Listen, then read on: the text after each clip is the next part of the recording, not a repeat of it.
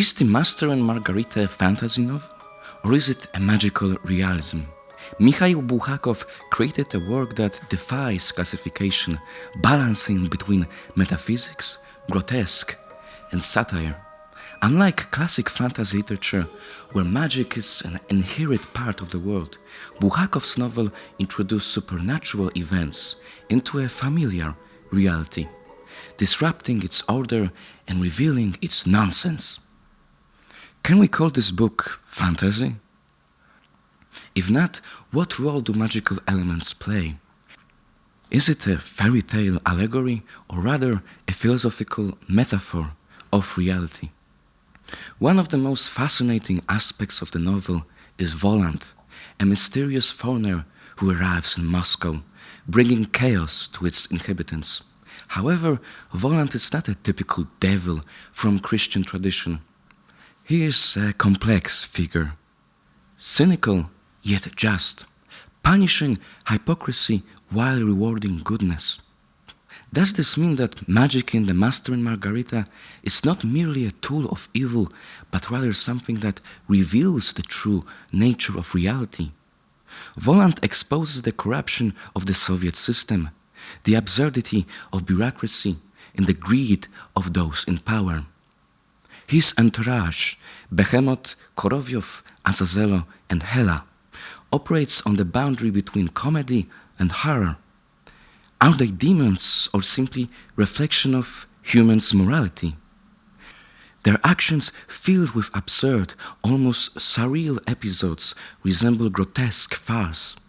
Korovyov's statement, "Without documents, there is no citizen," humorously highlight the grim reality of 20th century Russia, where absurdity could only be explained by demonic intervention.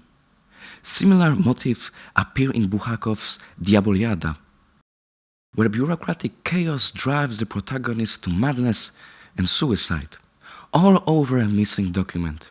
In The Master and Margarita, officials sing absurd songs against their will instead of working, emphasizing incompetence and disorder. Magic in Bulgakov's novel is not an escape from reality.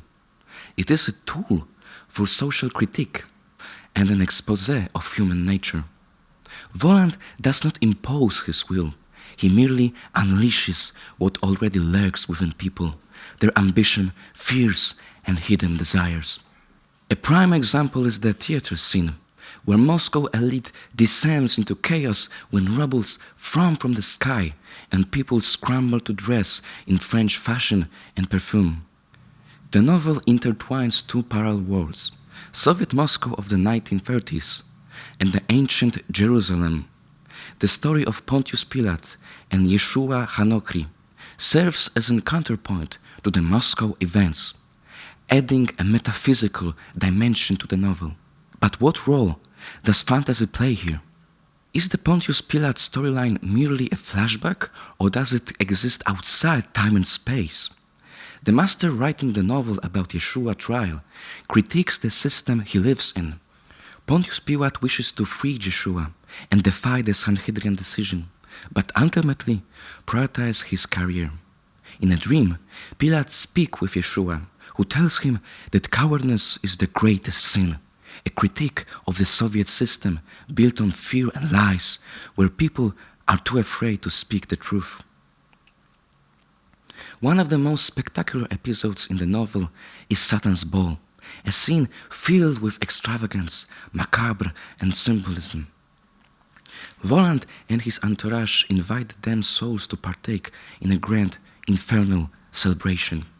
The scene evokes both legendary witches, sabbaths, and literally motifs of demonic feasts from folklore and romantic literature. The Master and Margarita is often labeled as magical realism. But is that an accurate classification? In classic fantasy, an independent world operates by its own rules, where magic is a natural part of existence. In a magical realism, the depicted world remains realistic, while supernatural elements are seamlessly woven into everyday life, without shocking the characters. In Bulgakov's novel, magic is neither completely natural nor completely foreign. It disrupts Soviet reality, introducing uncertainty and fear, while at the same time offering characters a chance to see hidden truths. Does this make the Master and Margarita more akin to horror literature, reminiscent of Edgar Allan Poe? Or is it a philosophical novel where magic serves as a tool to expose the absurdities of the Soviet Union? The Master and Margarita is a novel that defies definition, balancing between grotesque, satire, and metaphysics. Is it fantasy? Perhaps. Or perhaps it is a story where boundary between reality and magic is irrelevant. Is the magic in Bulgakov's book real, or does it merely reveal what has always been hidden? The human tendency for disruption and lying without a system of value that we hold dear. If you love fantasy, I invite you to explore our studio store at RPGfigures.com. We create unique, custom-designed miniatures for fantasy, D&D, and sci-fi fans. Every design is crafted with passion and made exclusively by us. And here's something special for our fellow dreamers. Use the code MAGICSTORIES for 20% off your order. In the next episode, we will examine how magical and fantastical motifs appear throughout literary history. Does modern fantasy draw more from romanticism or magical realism? How has the perception of magic in the literature evolved over time? We'll discuss this the next time. If you enjoyed this journey, don't forget to hit that sub button and ring the bell. It keeps us going and brings you more stories filled with wonder and imagination.